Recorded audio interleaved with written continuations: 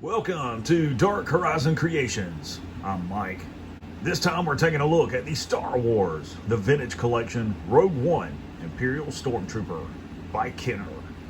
Now, if you hadn't already, please follow, like, and subscribe to my social media accounts on Facebook, Instagram, and YouTube. Don't forget to hit that bell icon so you get a notification of when I post new content. So this time we're taking a look back at the Star Wars Vintage Collection Rogue One Imperial Stormtrooper. In my opinion, as a collector, this is perhaps the best iteration of a Stormtrooper that has been released in this line to date. So taking a look at the packaging, you've got your Vintage Collection blister card back with the screenshot of the character and the original Kenner logo down at the bottom. I just think that is awesome. So included with the action figure is only one accessory, his E11D blaster carbine.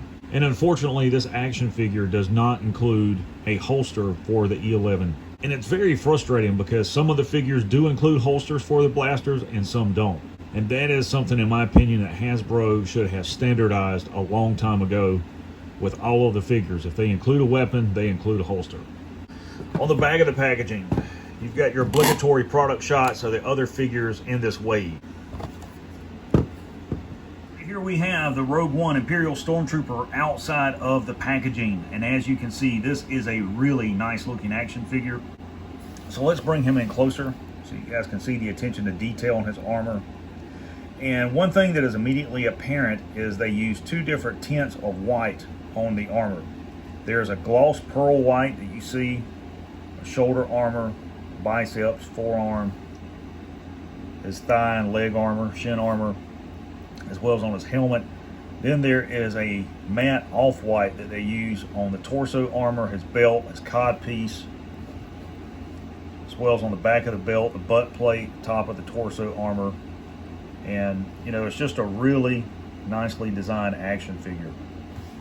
As far as articulation, the head is on a ball joint with a limited range of motion due to the design and shape of the helmet.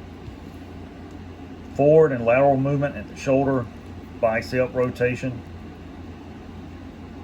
You got your elbow joint here, elbow rotation,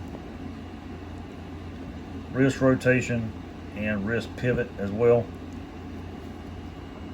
Torso is on a ball joint, full range of motion. No waist swivel on this figure. Forward and lateral movement at the thigh rotation.